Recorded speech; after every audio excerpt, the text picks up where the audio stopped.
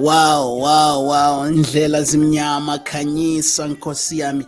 We just want to say thank you so very much for those of you that are tuned in today. Good afternoon, good morning, good evening. Those of you, depending what time you're going to receive this episode, here where I am, it's 12 exactly. It's 12 o'clock exactly. So, no, not 12. Sorry, it's 1 exactly. Good afternoon, 1 exactly.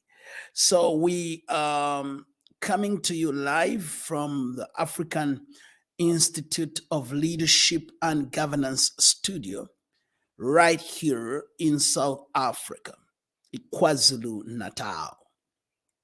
Now, we will not spend much time to discuss on a lot of things, but rather want just to once again reiterate our condolences to the families that have lost beloved ones, the families that have lost properties and businesses. Over 600 schools have been damaged, hospitals, clinics, police stations.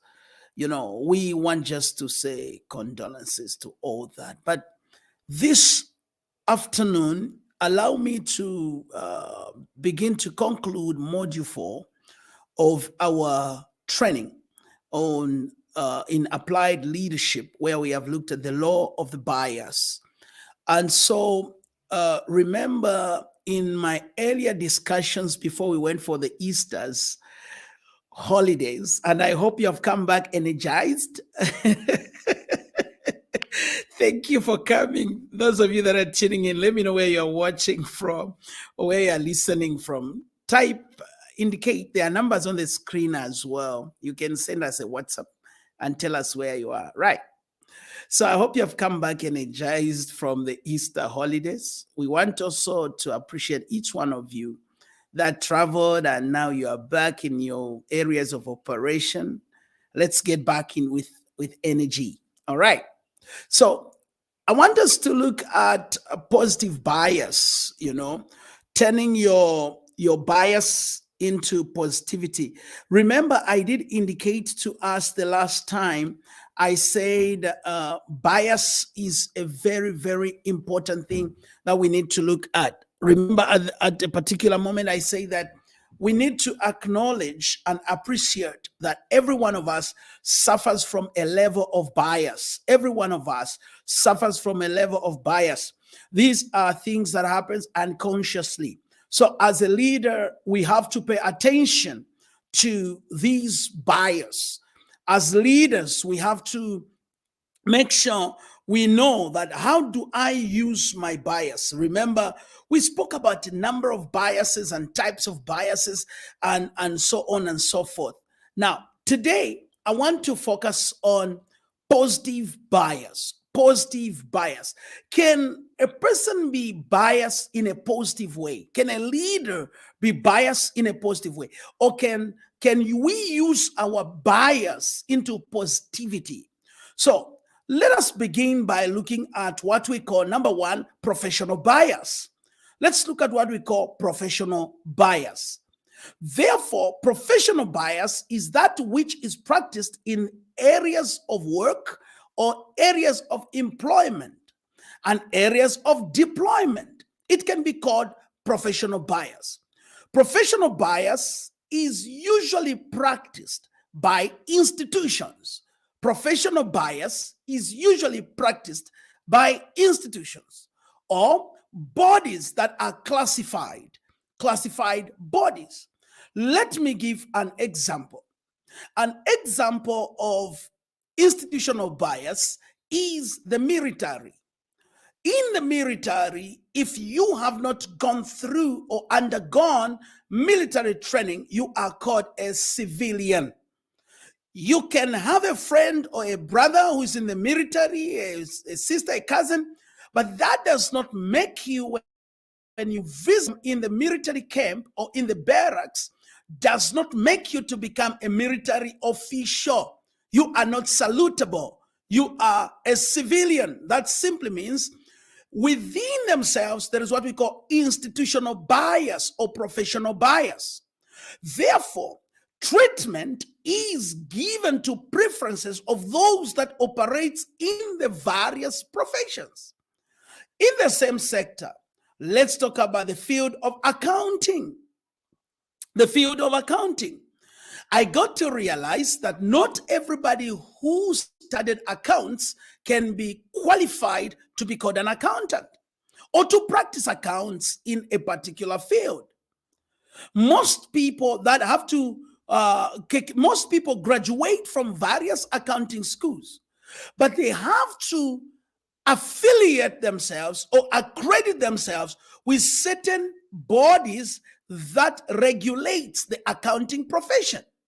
So when they are regulated, they are either given a document to certify them again your examination that they wrote called accounting in the school. So they are given a new accreditation or a recognition by a specific body. Then they can be called accountants. So that is what we call professional bias. I would give an example of medicine. I'm just giving you examples. Example of medicine. You can study as a medical doctor, but after you have studied as a medical doctor, in order for you to begin to practice, there is what we call, you have to write again exams in order for you to get what we call a practicing license, so that you can be recognized. You can be recognized by the institution that regulates medical doctors as a practicing medical doctor, so that when you break certain ethics, that license can be withdrawn. That does not mean you have the knowledge has been withdrawn. You can still have the knowledge as a medical doctor, but you cannot practice it. Why? Because the license has been withdrawn. So that is called professional bias. Now, when we look at all these biases that I've looked at, they help to bring in professionalism in various roles. So as a leader, you must understand, like when it gets to recruitment, let's say you are recruiting people to work in your organization. You are recruiting people to work in your company, in your municipality. You must look at these qualifications that are in the line with the job description which you are offering. You must look at, do these people, are they vetted? Are they regulated? Are they monitored? Is there a system? Is there a mechanism? Right? So that has to be followed. And that is called professional bias. So that kind of bias is a positive bias, that makes sure that the functioning and the performances of the organization are at par. So there must be what we call institutional or professional bias. Let's look at the second bias, that is positive bias. So I'm looking at positive bias today. So I began with professional bias. It's very, very important. Let's look at the second bias, which is positive bias. It's called customer clientele bias. Customer clientele bias. Okay. Customer clientele bias. Number two, customer. Okay. Let me be a bit slow so you can follow me. Am I too fast? Okay. The first one I said it has to do with professional bias. Number two is customer clientele bias. Customer clientele bias. Now, when you look at the marketplace, okay, when we look at the marketplace, or if you are involved in business where the simplest thing that I could use is merchandise as part of a business, okay? If you are in what we call merchandise, you will realize that you develop what we call a clientele relationship. And you as the supplier, who is the customer, there is what we call customer clientele. Others, they call it customer relations, okay? Others can call it customer relations. Now, in that, you will discover that there are certain clients that you will have to work hard to get. you will have to work hard to get certain clients in order for that market to be explored. Therefore, you discover that when you have gotten such kind of clients, there is a practice that has to be cultivated. How do you keep those kind of clients permanently? How do you keep those kind of clients motivated? How do you keep them coming? So you go an extra mile from the ordinary. You go an extra mile from the ordinary. So let's say you are, I'm going to give a very simple example here. Let's say you are a farmer and you are producing tomatoes. You've got these 50 workers that are working in your farm, and you are supplying tomatoes. And when you're supplying tomatoes to the market, you've got this supermarket that pays you in advance. Then there is this one-off or once-off, okay, clients that comes and they come and buy and then they go, they pay cash. Then you have got this one who have become like they are your official clients rather, or they are your permanent clients. They always make an order ahead. They come, they do 2 months, 3 months, they pay ahead. So when you are now in a time of shortage of tomatoes, you need to give a preference to those that pay you ahead. You need to give a preference to those that pay you ahead so that you give them the service that is needed. You give them the service that is needed much ahead, and you plan for them, you budget for them. So let's say there are 3 people on the queue, they have come. Then you have got 4 boxes of tomatoes, and you have got 3 people that have come. Them need two boxes. You have got 3 boxes. All of them need two boxes, but there are 3 who have come. You have got 4. You have got a choice to give each one 1 box, and remain. But because they need 2, it means you cannot give 1, 2, and 1, 1. No. So all what you do is you look at who is your permanent client. So you perform what we call customer clientele bias, where you have to favor that one that has always been with you and that one that sustains you. You pay them first, you give them first the service. The same way, if you are in government and you are in a position of leadership, you are either a counselor, you are either a mayor, you are either a minister, or whatever you are, a member of parliament, you have to practice bias. What is that customer bias? You know, as a politician, that you need to come back after 3 years or after 5 years, there will be another election where you are expected to be elected again. You are expected to satisfy them again. What do? You have to make sure that you give your preference to those that put you in power. They are the ones. So service providing, if you have to provide the services, okay, as service providers, you must make sure that you first satisfy your clientele, because your clientele is what keeps you. Your clientele is what sustains your leadership. Your clientele is what sustains your market. Your clientele is what keeps you going. That is very important when you are able to sustain your clientele. Just like religious leaders, you have to consider those that support you, those that stand with you.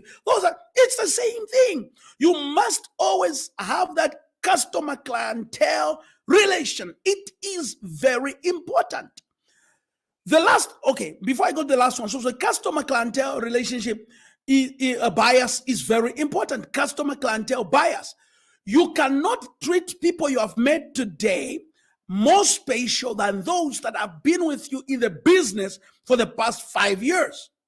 You must always give a first seat to those you have been with, because that is customer clientele bias.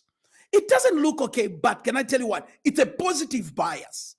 It's a positive bias.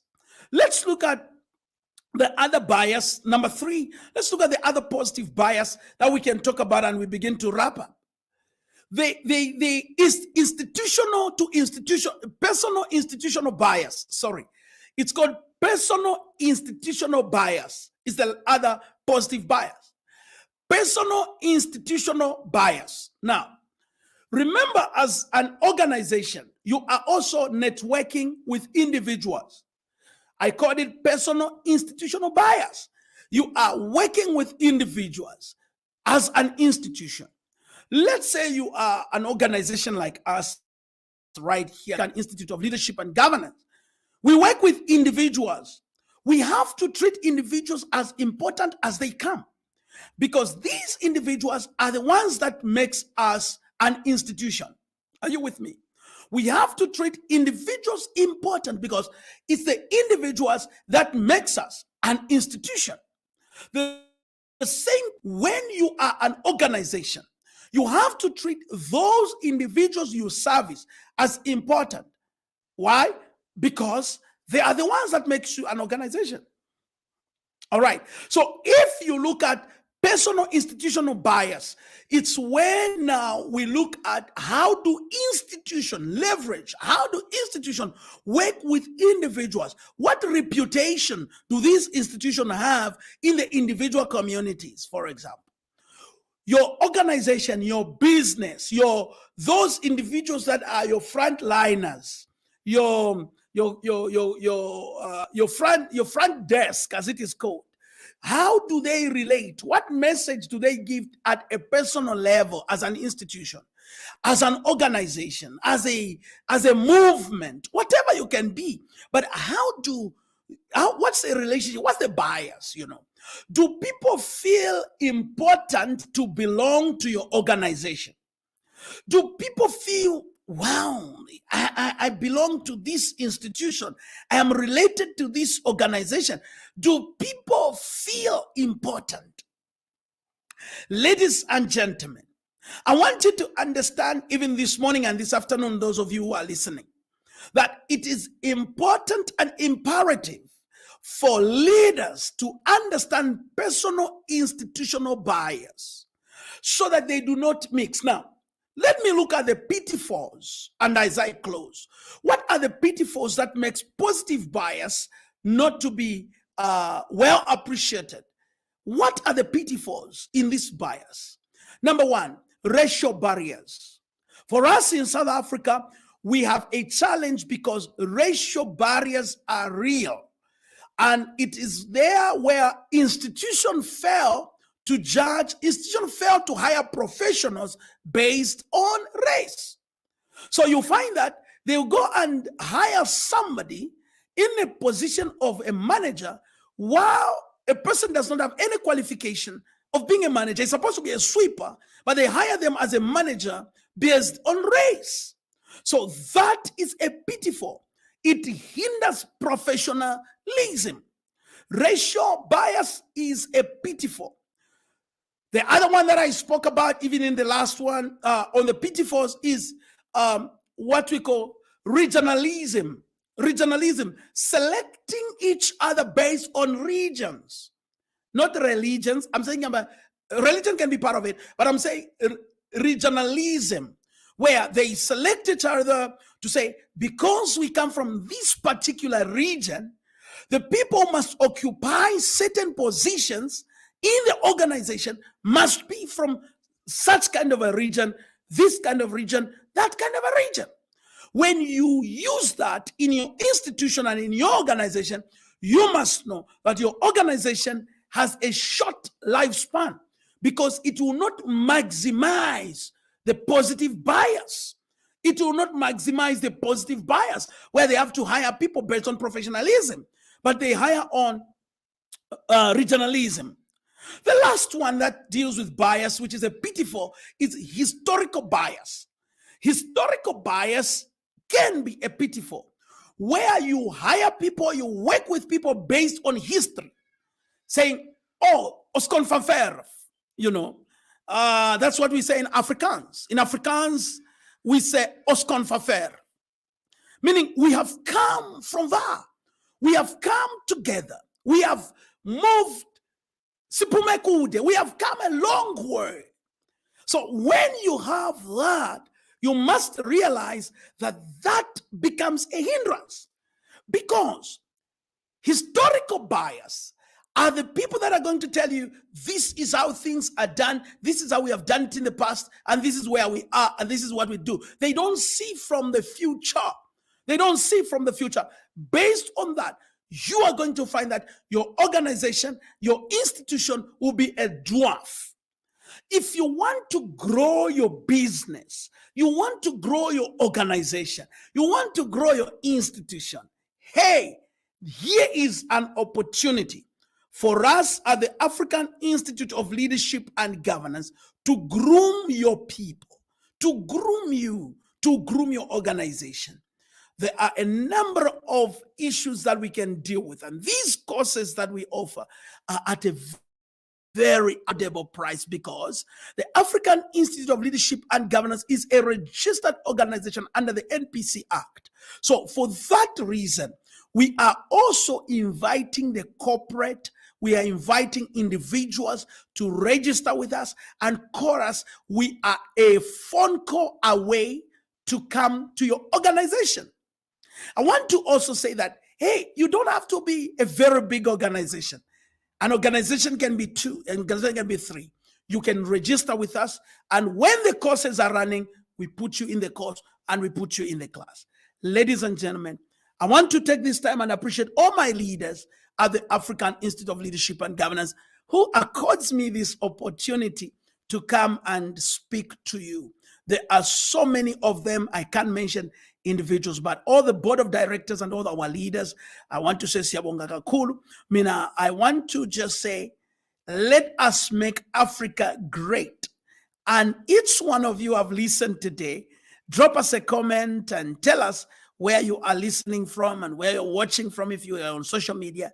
And guys, don't forget, the institute is running and the classes are running, and so you need to enroll and register so that we can help you grow your organization as you grow in knowledge as an individual. Emmanuel Nkoma here. Have a wonderful, wonderful afternoon and wonderful day. Totsins.